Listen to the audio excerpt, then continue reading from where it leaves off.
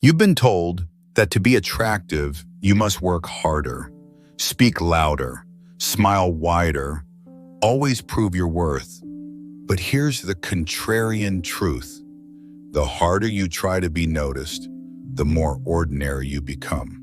What actually makes a person unusually attractive is not effort, but absence, the rare discipline of detachment, the calm refusal to react when the world demands a show. I'd bet in your life you've already tried countless ways to make yourself more attractive.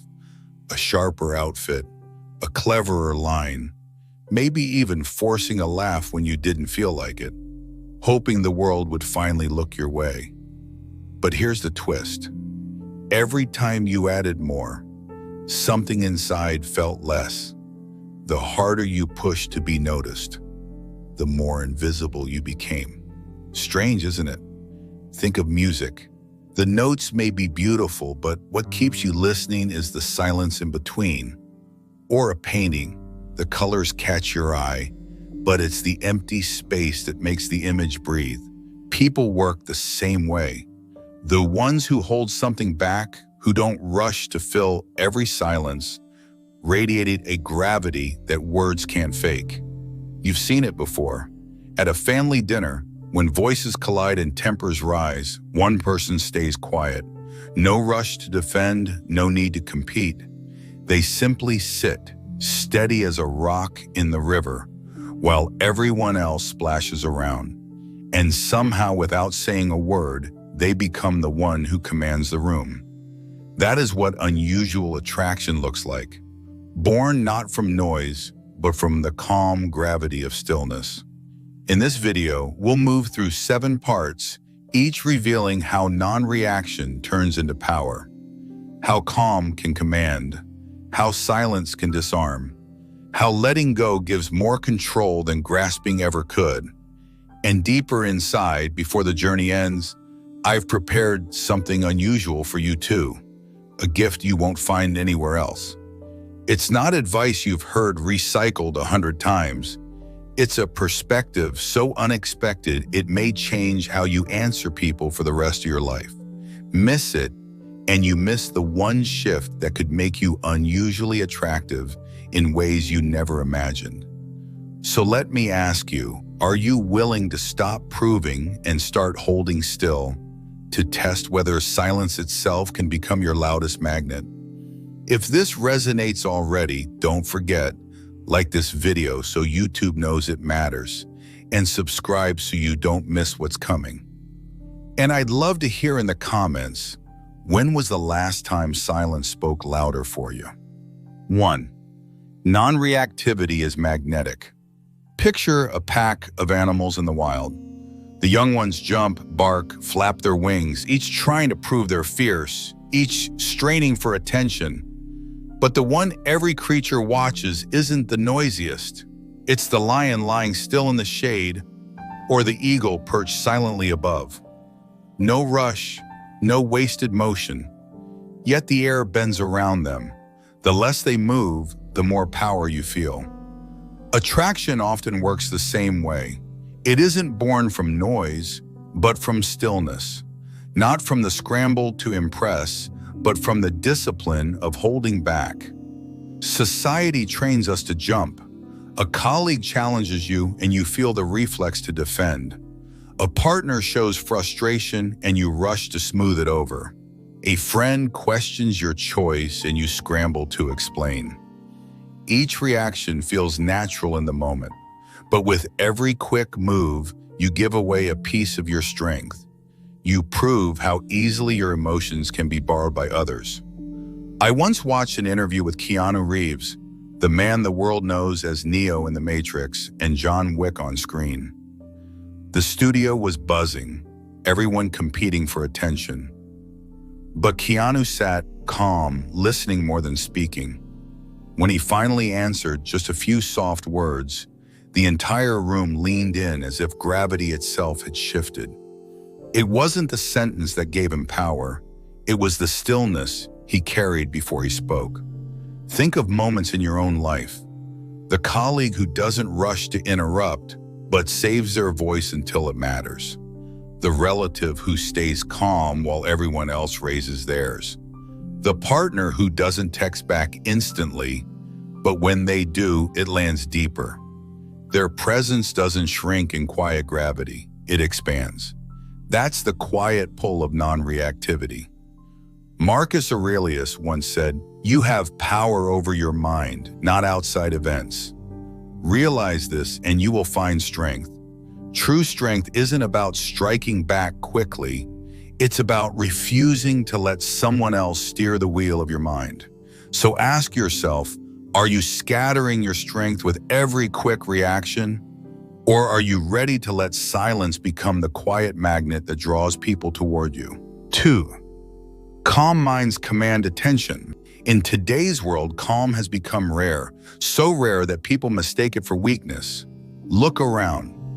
Most conversations are filled with racing voices, quick interruptions, and constant attempts to prove who is right. Social media pushes the same pattern. Answer instantly, comment instantly, react instantly. In that storm, a steady mind doesn't just stand out, it commands the room. Imagine you're out shopping and the store is crowded. Everyone is raising their voice at the counter, each person trying to be served first. Requests fly around like arrows, prices, questions, complaints. But then one customer doesn't join the chaos. They stand calmly, waiting, steady in their presence, and when the noise finally eases, they speak one clear request. The clerk immediately listens. The room seems to slow, and people glance their way. It's not impatience that wins attention, it's composure. I once saw this with a colleague who rarely fought for space in discussions. He listened with full focus, almost invisible at times, but when he finally contributed, everyone leaned forward. Why? Because silence had sharpened his words. He wasn't scattered, he was centered. And that center radiated authority without effort. Calm doesn't just command attention, it rewires the room. People instinctively slow their breath to match yours without even noticing. That's the hidden physics of composure. The irony is that people often confuse calm with passivity, but calm isn't the absence of action, it's the mastery of timing. The person who knows when to speak and when to stay silent holds a different kind of power, the power that doesn't have to shout. There's an old line in the Bible, "Even fools are thought wise if they keep silent." It reminds us that restraint itself creates weight. If silence can make even the unwise look steady, imagine what it does when paired with real clarity and discipline. And I'll admit, there were times I stayed quiet not because I was wise, but because I had no idea what to say. Yet somehow people later told me I seemed composed, even attractive. It made me laugh inside. My confusion had accidentally passed for confidence. And here's something important. If you've stayed with me so far, remember this. By part 6 of this journey, I'll share a gift with you. Something most people never think of, yet it can change the way you respond forever. Don't miss it. Leave space and observe what fills it. In your own life, do you want to be remembered for being the loudest in the room, or for being the one whose silence everyone still feels after the words have faded? 3. Letting go gives you power. Have you ever tried holding something so tightly that your hand began to ache? The harder you squeezed, the more it hurt, and yet the thing you were gripping only slipped away faster. Life works the same way. The tighter we cling to control, to validation, to being right, the more powerless we actually become. Real strength begins in the unclenching. When I was younger, I was that person who explained himself endlessly. At every dinner, every disagreement, I felt I had to prove my point until no doubt was left. Looking back, that was naive. Honestly, I must have been exhausting to sit with. I wouldn't have invited myself back either. Later in business, I noticed partners who said almost nothing, no long defense, no desperate persuasion. They would simply smile, stay composed, and the room seemed to lean toward them without knowing why. Eventually, I understood. People trust calm more than desperation. Silence, when paired with presence, doesn't just speak, it sells. Because people don't buy your defense, they buy your energy. Detachment isn't coldness, it's freedom. It means you stop letting other people's moods decide your own. Think of it like closing the unnecessary windows in your computer. Your system runs smoother when fewer distractions drain your energy. In life, the same rule applies. Every opinion you don't need to respond to, every argument you don't fuel, saves you strength for what truly matters. Seneca once reminded us, "He who needs riches least enjoys riches most." Replace riches with approval, and the principle is the same. The less you need others to confirm your worth, the more your worth becomes unshakable. You'll often realize the world keeps spinning without your defense, and the silence you keep will feel more solid than any argument you could give.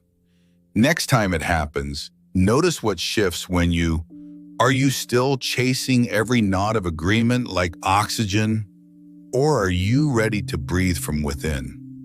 Choosing detachment and finding in that space the kind of presence no one else can take away. If you're still here, it means you value depth more than noise. Share this with someone in your life who needs to be reminded that restraint can be more powerful than reaction. And stay tuned, because by part 6, I'll give you something unforgettable. 4. Silence disarms more than words. A sword fight isn't always won by the fastest strike. It's often won by the fighter who waits. The one who holds their blade steady, conserving energy, watching for the smallest opening.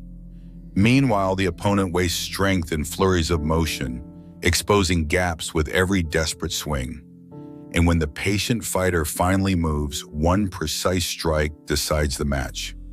Sometimes restraint cuts deeper than aggression. Silence works the same way. In arguments, in love, in business, the loudest voice usually isn't the one remembered. It's the pause, the stillness, the look that lingers without explanation. Words can collide, but composure seeps under the skin. I remember one evening in Kai's workshop. Kai, the quiet mentor who found me at my lowest, sat among men arguing over tools and money. Voices clashed like hammers, each man trying to prove his way was best. Kai never raised his voice. At one point, he simply said, "If the work is true, it won't need shouting." Then he leaned back, hands on the wood, eyes steady, and let the noise run its course. When silence finally fell, everyone turned to him, not for more words, but for the weight he carried without speaking. Philosophers knew in this power. Epictetus taught, if you want to improve, be content to be thought foolish and stupid. He wasn't celebrating weakness. He was revealing a hidden weapon. Silence unnerves because it can't be measured. When you withhold words, others are forced to wrestle with their own. You've probably seen this in love too. During a fight, the partner who doesn't rush to match volume with volume, who lets silence breathe instead, often turns the argument into reflection. Silence can feel like a mirror. Suddenly, the other person hears themselves more clearly than they wanted. That's why the first to go quiet often becomes the last word in the room, not because they win the argument, because they end it. Here's something you can test in daily life. The next time someone provokes you, instead of snapping back, hold their gaze for 3 seconds and say nothing. Just breathe, steady and calm. You'll notice how quickly the energy shifts. Their words lose weight and the room belongs to you. The irony is this: silence looks passive, but it's the most active choice you can make. It's not retreat, it's control. It doesn't crush others, it exposes them to themselves. So ask yourself, do you really need another sharp line to win the moment? Or will you trust the quiet edge of silence to do what words never can? 5. Boundaries are standards. Most people think saying yes makes them likable. They say yes to every request, every demand, every intrusion, believing endless availability equals value. But here's the truth. The more you say yes without thinking, the less your presence is respected. Because when everything is allowed in, nothing is treasured. I've seen this play out with parents and children. Picture a mother and father taking their 3-year-old out for a walk. The child spots a shiny toy, points, insists, and when the answer is no, drops to the ground in protest. Many parents panic, rushing to give in just to quiet the scene. But others simply wait. The father kneels down and says gently, "Crying won't buy this toy, but your patience might earn something better later." Then he stands, steady, letting the storm pass without surrendering. And here's the irony, those parents aren't loved less. Over time, they're respected more. Their calm boundary teaches the child that love isn't measured by how many toys are handed over, but by the strength that keeps a family steady. Boundaries are not walls, they are standards. Every yes you give without thought dilutes the value of the next one. But a yes that costs something, that yes feels like gold. Aristotle once wrote, "Through discipline comes freedom." Boundaries are exactly that discipline.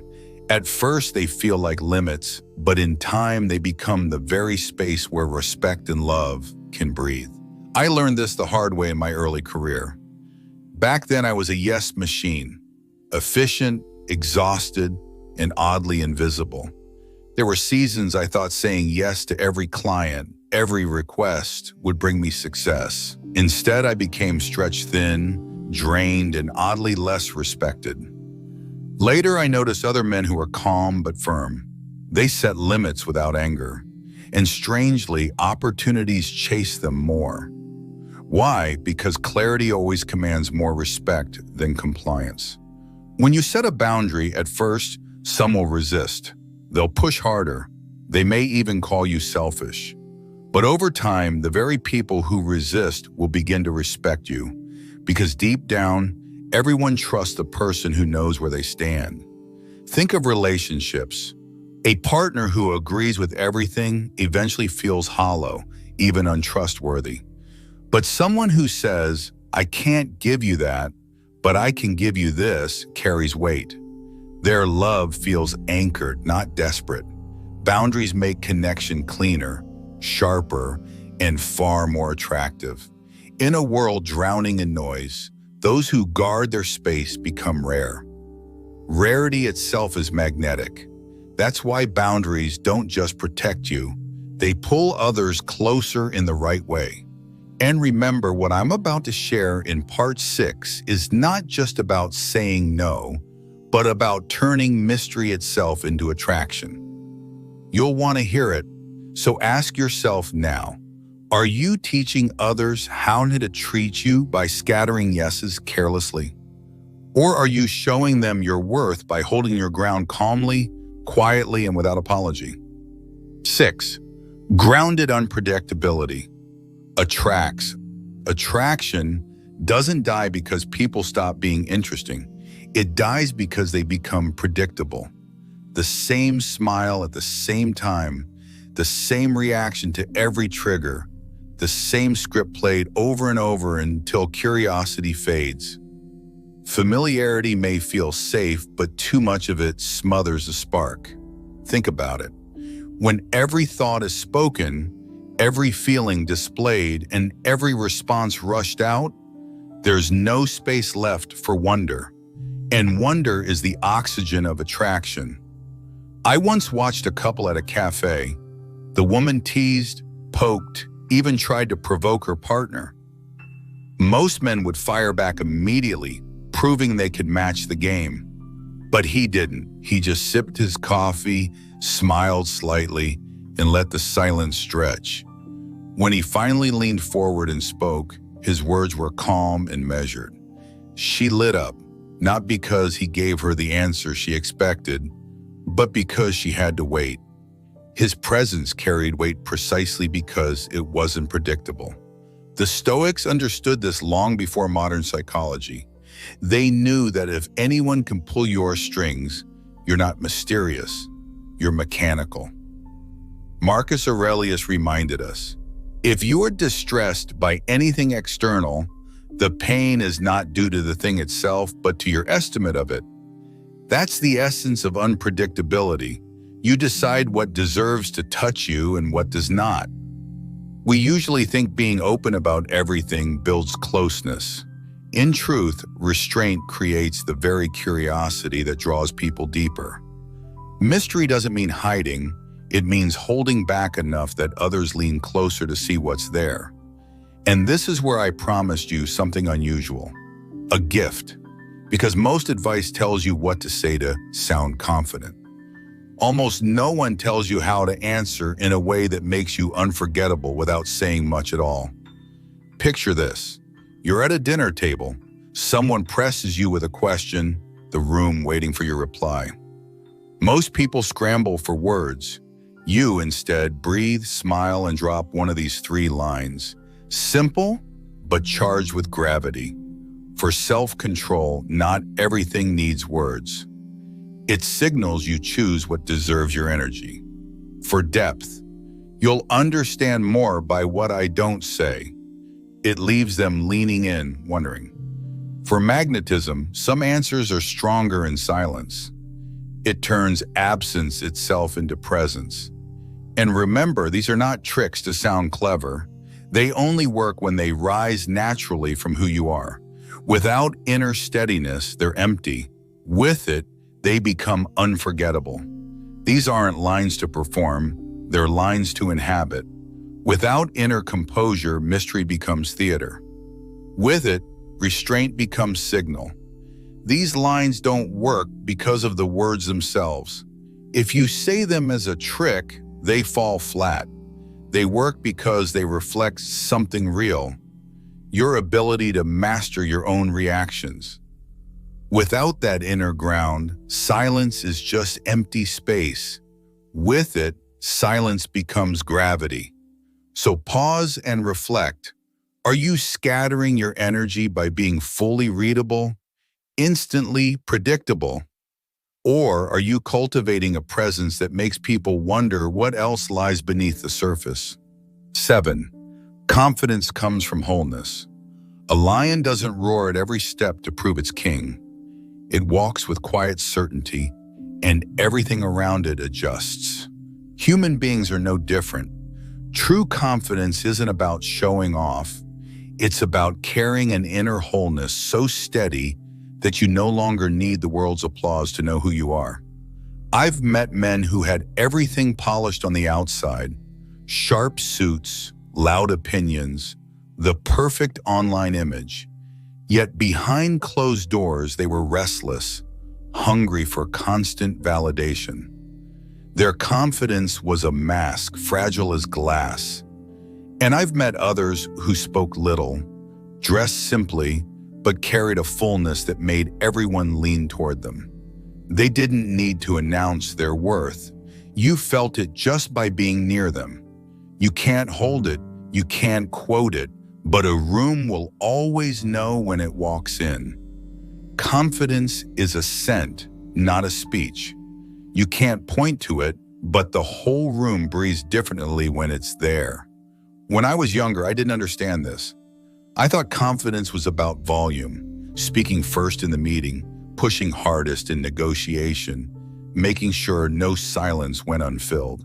But the harder I tried, the emptier I felt. It was only after loss, silence, and starting over that I realized confidence isn't borrowed from attention. It's built from within. Epictetus reminded us, freedom is the only worthy goal in life. It is won by disregarding things that lie beyond our control. In today's world, that means this. Confidence isn't in collecting more attention, it's in being free from the need of it. The craving is the cage. The wholeness is the release. The less you run after attention, the more it finds you. It's like fireflies in the dark. If you chase them wildly, they scatter. But if you stand still, they circle closer, drawn to the quiet glow you didn't even force. Even literature shows this. Think of Jay Gatsby from The Great Gatsby. In the middle of roaring parties, it wasn't his words that drew people, but the aura of what he left unsaid. So pause for a moment. Ask yourself, is your confidence still borrowed, dependent on being seen, liked, or praised? Or are you ready to build the kind that stays with you in silence, in solitude, in the moments no one's watching? Because that is the confidence no one can fake and no one can take away. Calm is not weakness, silence is not absence, and detachment is not coldness. They are choices that come from strength, not from fear.